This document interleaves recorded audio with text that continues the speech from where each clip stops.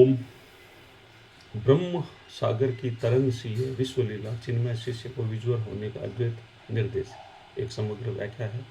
अद्वैत वेदांत का यह वह परम रहस्योद्घाटन है जिसमें गुरु अपने शिष्य को समस्त भ्रांतियों, मानसिक आवेशों, शारीरिक पीड़ाओं और आध्यात्मिक अज्ञानता से उबारने के लिए मात्र एक सूत्र वाक्य के माध्यम से परम सत्य का अनुभव कराते हैं। और यह वाक्य जिस प्रकार समुद्र में तरंगे कल्पित और अनित्य, उसी प्रकार जिस आत्मा स्वरूप पर यह समस्त विश्व आरोपित है, कल्पित है, तू भी वही है, वह तू ही है। इसमें किसी प्रकार का संदेह हो ही नहीं सकता, न संदेह है। और हे चैतन्यमय शिष्य, तू अब समस्त संताप, ज्वर, भय, मोह, लोभ, क्रोध, ईर्ष्या, आसक्ति, निराशा, चिंता और मानसिक उद्वेगों से पूर्णतः मुक्त हो जा। यह केवल एक वाक्य नहीं बल्कि वह मानव जीवन के सबसे बड़े दुख, जो कि अज्ञान नामक घोर अंधकार से उपजा है, का एकमात्र अंतिम नाशक है। क्योंकि इसी एक सूत्र द्वारा गुरु उस शिष्य के समक्ष तत्त्वमसि तू वही है, इस चतुर्दश महावाक्य का प्रत्यक्ष, साक्षात और अपरोक्षानुभूति रूपी प्रमाण खड़ा कर देते हैं। जैसे कोई मनुष्य रस्सी को अंधकार में सर्प समझकर भयभीत हो रहा हो और कोई दूसरा व्यक्ति दीपक जलाकर उसे बताए कि यह तो वह रस्सी है, यह तो केवल रस्सी है, सर्प नहीं है, तो उस भय का एक क्षण में क्या होगा? यह पूर्णतः नष्ट हो जाता है। क्योंकि भय केवल सर्प, जो कि विकराल रूप, कर्मफल जनित बंधन, जन्म मरण, जरा व्याधि के भय, संसार के द्वंद्व, सुख दुख, लाभ हानि, जय पराजय, मान अपमान, शीत उष्ण, भूख प्यास, आकांक्षा, निराशा, ये सब जो अनेक रूपों में मनुष्य के अंतर्मन को खाए जाते हैं, वे वास्तव में एकमात्र ब्रह्म रूपी रज्जु पर अज्ञान जनित आरोप मात्र है, जो गुरु उस ब्रह्मा रूपी सत्य का दीपक हृदय के रूप में प्रज्वलित करते हैं। जो इसी से देखता है कि वह संपूर्ण विश्व, जिसमें अपना शरीर, मन, बुद्धि, अहंकार, स्मृतियाँ, संबंध, कर्तव्य, दायित्व, भविष्य की चिंताएं, भूत की पीड़ाएं, वर्तमान की व्यग्रता, सब कुछ उसी परम सत्ता के ऊपर तरंगों के समान आभासित हो रहा है। जैसे रेगिस्तान में जल मरीचिका मृग तृष्णा दिखाई देती है, जो सूर्य की तपन में वास्तविक जल प्रतीत होती है। प्यासा पथिक उसकी ओर दौड़ता है, परंतु जब वह निकट पहुंचता है तो कुछ भी नहीं पाता, केवल बालू ही बालू होती है। उसी प्रकार यह विश्व जीव को आकर्षित करता है, उसे उद्वेलित करता है, उसे दौड़ाता है, उसे पसीना बहाने पर मजबूर करता है, उसे रात दिन अशांत रखता है। लेकिन ज्यों ही ज्ञान सूर्य का उदय होता है, विवेक रूपी दृष्टि खुलती है, त्यों ही विश्व अपनी वास्तविक स्वरूप एक मिथ्या नाम रूप मात्र कल्पित भ्रांति में दिखाई देता है। और तब शिष्य समझता है कि समस्त माया तरंगों ने इस समुद्र, जो कि इसका साक्षी है, न कि उसमें डूबता उतरता हुआ निरीह जीव है। और यह साक्षित्व ही वास्तविक जागृति है, जहाँ सभी प्रकार के ज्वरों, आदि भौतिक ज्वर, भौतिक संसार में उत्पन्न कष्ट, धन हानि, प्रतिष्ठा, पतन, संबंध विच्छेद, रोग, व्याधि, आदि देवी ज्वर, प्राकृतिक आपदाएं, बाढ़, अकाल, भूकंप, वायु प्रकोप तथा देवी विधान से अप्रत्याशित घटनाएं और आध्यात्मिक ज्वर, अंतरंग मनोविकार, काम, क्रोध, लोभ, मोह, मद, मात्सर्य, ईर्ष्या, द्वेष, भय, चिंता, निराशा, अहंकार, अवसाद, आत्महीनता की भावना, अपराध बोध, आत्म अज्ञान जन्य सारी पीड़ाएं से एक ही झटके में मुक्त हो जाता है। क्योंकि ये समझ लेता है ये सभी ज्वर, ये सभी ताप जो मनुष्य के भीतर चलाते हैं, केवल तरंगों की भांति है। समुद्र के अस्तित्व को न तो बढ़ाते हैं और न घटाते हैं, और न समुद्र कभी इन तरंगों से दुखी सुखी होता है। वह तो अपनी गहन स्थिरता, शीतलता, गंभीरता, नित्यता, पूर्णता और स्वतंत्रता में सदैव स्थित रहता है। ठीक उसी प्रकार गुरु शिष्य को बताते हैं कि चिन्मुत, इसका अर्थ है कि चेतन स्वरूप, क्योंकि शिष्य अब केवल देह बुद्धि से युक्त नहीं बल्कि वह परम चेतना का प्रतिबिंब है। वह न तो चित्त स्वरूप है, जिसे संबोधित करके गुरु कहते हैं कि तू चिन्मय है। अतः तुझ पर इन जड़ पदार्थों, इन भौतिक तरंगों, इन मानसिक विक्षोभों का कोई प्रभाव नहीं है। क्योंकि जैसे घड़े के टूटने पर उसमें स्थित आकाश नहीं टूटता है, उसी प्रकार शरीर, मन, बुद्धि, इंद्रियां, ये सब घट उपाधियां, जिसके नाश, परिवर्तन, वृद्धि, ह्रास, उत्पत्ति और विनाश से तू जो पराकाश, परमाकाश स्वरूप चैतन्य कभी प्रभावित नहीं होता। न तेरा जन्म होता, न तो मृत्यु है, न बूढ़ा है, न तो रोगी होता है, न तुझे भूख प्यास लगती है, न तुझे शीत उष्ण सताते हैं, न तो किसी का ऋणी है, न किसी से तेरा कोई बंधन है, न तो पुण्य पाप के फलों का भोगता है। क्योंकि तू तो नित्य, शुद्ध, बुद्ध, मुक्त, सत्य, अनंत और आनंद स्वरूप ब्रह्म ही है। और इस ब्रह्म से यह समस्त विश्व किस प्रकार उत्पन्न होता है, इसका उत्तर वेदांत विवर्तवाद के रूप में देता है। जिसका अर्थ है कि ब्रह्म विकारी या परिणामी नहीं है, वह तो अपने अविकारी स्वरूप में सदा स्थित है, परंतु माया शक्ति के कारण अनेक प्रकार के नाम रूपों में प्रतिभाषित होता है। जैसे स्वप्न में एक ही चेतना अनेक पात्रों, दृश्यों, घटनाओं, भावनाओं और सुख दुख का निर्माण करती है, और स्वप्न दृष्टा उन सब से पृथक होते हुए भी उसका साक्षी होता है। उसका ये जागृत अवस्था में, तब वह जागृत अवस्था में आता है। स्वप्न की सारी सृष्टि लुप्त हो जाती है और वह समझता है कि स्वप्न केवल उसकी एक लीला का खेल था। वैसे गुरु इस स्थूल सूक्ष्म कारण रूपी समस्त विश्व दृष्टि को चेतना का एक खेल, एक लीला, एक अभ्यास बताता है, जिसे कहने में बिल्कुल ही संदेह नहीं है, क्योंकि अनुभव सिद्ध प्रमाण ये है कि सुसुप्ति गहन निद्रा की अवस्था में मन, बुद्धि, इंद्रिया सब विलीन हो जाती है। वह न तो कोई विश्व रहता है, न कोई सुख दुख, न कोई बंधन, न कोई कर्ता भोक्ता, केवल शुद्ध चेतन आनंद में अस्तित्व शेष रहता है, जिसमें प्रत्येक मनुष्य प्रतिदिन इस अनुभव को प्राप्त करता है, परंतु अज्ञान वशु है उसे महत्व नहीं देता। जबकि वही सुसुप्ति अनुभव इस बात का सबसे बड़ा प्रमाण है कि विश्व का कोई स्वतंत्र अस्तित्व नहीं है। वह तो न तो चेतना पर आरोपित है, और जिस प्रकार तरंगे उठती है ठीक उस समय कुछ ऊंची नीची होती रहती है, अनंत विलीन हो जाती है, परंतु समुद्र में न कोई कमी आती है, न कोई बढ़ोतरी। ठीक उसी प्रकार विश्व रूपी तरंगे उत्पन्न होती, स्थिर रहती है, नष्ट हो जाती है, लेकिन ब्रह्म सागर नित्य, अक्षय, अपरिवर्तनीय, पूर्ण, शांत और आनंद में बना रहता है। इसीलिए गुरु इस सत्य को अनुभव कराने के बाद शिष्य को विज्वर होने का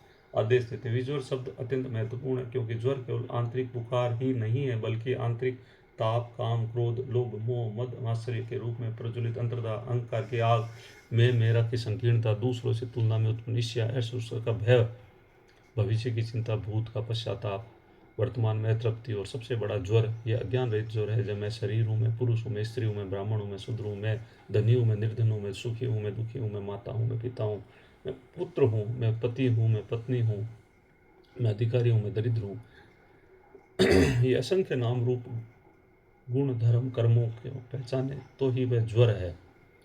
और यही ज्वर जीवन मृत्यु के चक्र में बार बार घुमाता है, क्योंकि जब मैं किसी का नाम रूप पहचान बैठता हूँ, तो उस पहचान को बनाए रखने के लिए संघर्ष करना, उसे खोने का भय सालता है, उसकी प्राप्ति का अहंकार फूलता है, उसकी हानि का शोक मारता है, और इस प्रकार मैं निरंतर ज्वरग्रस्त रहता हूँ। परंतु गुरु कहते हैं, जब तू इन पहचानों को तरंगों की भांति देख लेगा, सागर को समझ लेगा, जब तू समझ लेगा कि ये सब उस ब्रह्म सागर के ऊपर होने वाले अस्थायी हिलकोरे हैं, वह ब्रह्म सागर को परम नित्य एक रस अद्वितीय निर्विकार निर्भय निर्वाण रूप स्वरूप चैतन्य है, वह तू ही है। तो फिर ये तरंगे तुझे कैसे ज्वरित कर सकती है? जैसे समुद्र की गहराई में कोई तूफान नहीं पहुंचता, वहाँ शांति शांति है, वैसे ही तेरे आत्म स्वरूप की गहराई में कोई सुख दुख, कोई भय, कोई मोह, कोई अशांति, कोई व्याधि, कोई मृत्यु, कोई वियोग, कोई विपत्ति नहीं पहुंच सकती, क्योंकि तू स्वयं ही उस अक्षय आनंद धन है।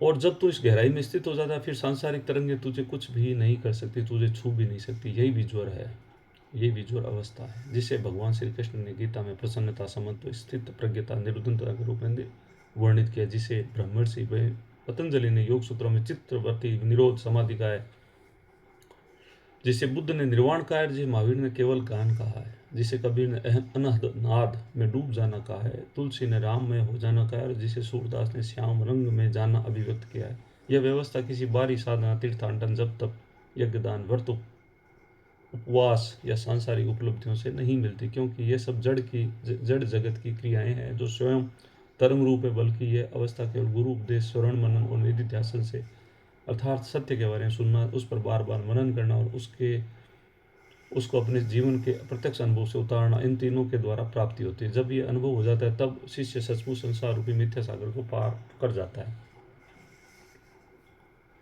वह उस पार को विज्वर अर्थात सभी ताप त्रय से रहित, नित्य मुक्त, अखंड आनंदमय पर ब्रह्म पद, और वह कहता है, अहम ब्रह्मास्मि, मैं ब्रह्म हूँ, शिवो हम, मैं शिव हूँ। और इस अनुभव से इस विशाल हो जाता है, संपूर्ण ब्रह्मांड समा जाता है, फिर उसे सिवा कुछ नहीं दिखता, क्योंकि वह स्वयं सब कुछ है। वह सर्वात्म भाव में स्थित होकर वह उस परम पद को प्राप्त करता है, जहाँ से कोई लौट कर नहीं आता, क्योंकि वहाँ पहुँचना सारे लौटाव, सारे पुनर्जन्म, सारी पीड़ा, सारी अज्ञानता, सारी पराधीनता, सारी तृष्णा, सारी हानि लाभ की गणना, सारी शोक, मोह, भय, क्रोध, लोभ, काम, अहंकार रूपी ज्वरों का अंत है। यही अंत ही सच्चा प्रारंभ है। प्रारंभ उस नित्य नूतन अविनाशी अपौरुष शाश्वत सच्चिदानंद स्वरूप में जीने का है, जहाँ न दुख है, न मृत्यु है, न बंधन है, न अशांति है, न कोई दूसरा है। केवल एक सर्वव्यापी एक रस अद्वितीय परम प्रेम रस,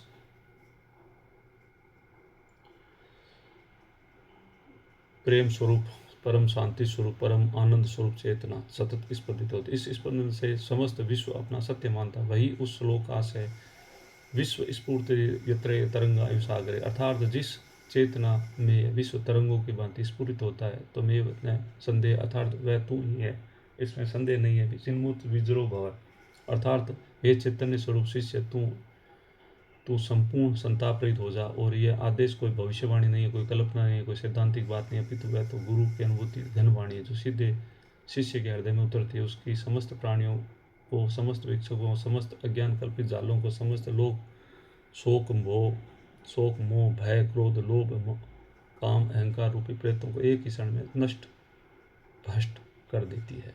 और अपने मूल स्वरूप में, जिसमें निज आनंद धाम में, अपने परम ध्रुपद में, जहाँ काल नहीं, दिशाएं नहीं, नियम नहीं, शर्तें नहीं, अपितु केवल निरंतर मुक्ति स्वरूप अवस्था है, जो इसे स्थापित कर देती है। जहाँ स्थित हो जाए, बिना शिष्य को सच्ची शांति, सच्ची निर्भयता, सच्ची संपूर्णता, सच्ची निर्भयता, सच्ची विजयता कभी प्राप्त नहीं हो सकती। क्योंकि विश्व तरंग समूह ने मन तरंग समूह, देह तरंग समूह, इन तरंगों के साथ तादात्म्य अभिन्नता माना है, जो सारे दुखों की जड़ है। और इस तादात्म्य को तोड़ना भी ज्वर है। अतः हे पाठक, यदि तू किसी भी ज्वर से, चाहे वह शारीरिक हो, मानसिक हो, सामाजिक हो, आर्थिक हो, पारिवारिक हो, आत्मिक हो, पीड़ित है, तो इस श्लोक को अपने हृदय में उतार, उसे बार बार पढ़कर इस पर मनन कर। क्योंकि अमृत वचन जो समस्त बंधनों को काटता है, समस्त रोगों को नष्ट करता है, समस्त भय को विदा करता है, समस्त अशांतियों को शांत करता है, और तुझे उस परम पद पर पहुंचता है, जहां पहुंचकर तू अनंत काल तक निर्विकार, निर्मल, नित्य, बुद्ध, मुक्त, सत्य, चिन्ह में आनंद स्वरूप और विजुर अवस्था में विचरण करेगा। और यहीं से तो मानव जीवन का परमोत्कर्ष है, यही मानव जीवन की सार्थकता, यही वह राजमार्ग है जो मृत्यु सहित अमृतत्व को ले जाता है। यही वह ब्रह्म ज्ञान है, जहाँ स्वयं शंकराचार्य, रामानुज, मध्व, वल्लभ, निबार्क आदि सहित आचार्यों ने अलग अलग शब्दों में परंतु एक ही भाव से गाया है। और वही उस सत्य को श्लोक अत्यंत संक्षिप्त, अत्यंत सटीक, अत्यंत प्रत्यक्ष, अत्यंत प्रभावशाली, अत्यंत उत्कृष्ट भाषा शैली में उपस्थित करता है। और अतः हे विद्यार्थी, हे जिज्ञासु, हे साधक, हे मानव मात्र, यदि तू सचमुच इस संताप से मुक्त होना चाहते हो, तो इस वाक्य को केवल पढ़ो ही नहीं, वरन इसके हर शब्द को, हर एक भाव को, हर एक अर्थ को, हर एक निर्देश को, हर एक अनुभूति को अपने जीवन में उतारें। क्योंकि यह कोई सामान्य श्लोक नहीं है, बल्कि वह तो गुरु का सीधा स्पष्ट अनुभव सिद्ध उपदेश रूपी वज्राघात है, जो ज्ञान रूपी पहाड़ को चूर चूर कर देता है। जिसके उपदेश मात्र से सच्चे शिष्य को, सच्चे साधक को, सच्चे अभ्यासी को सारा जीवन दर्शन बदल देता है, सारा संसार दृष्टिकोण बदल जाता है, सारी आंतरिक क्लेश संरचना ध्वस्त हो जाती है। और वह परम पद, जहाँ विज्वरता अर्थात संपूर्ण संतापों का नाश ही उसका नित्य स्वभाव है, सहज ही प्रतिष्ठित हो जाता है। और उस अवस्था के आगे न कोई वेद है, न कोई शास्त्र है, न कोई उपनिषद है, न कोई ग्रंथ है, न कोई गुरु है, न कोई शिष्य है, न कोई बंधन है, न कोई मुक्ति है। केवल शुद्ध अखंड निरामय निर्विकल्प सच्चिदानंद घन ब्रह्म ही ब्रह्म है, और वह तू है। यही तो इस श्लोक का अंतिम परम सर्वोच्च अपरोक्षानुभव और विज्वल सत्य है। धन्यवाद।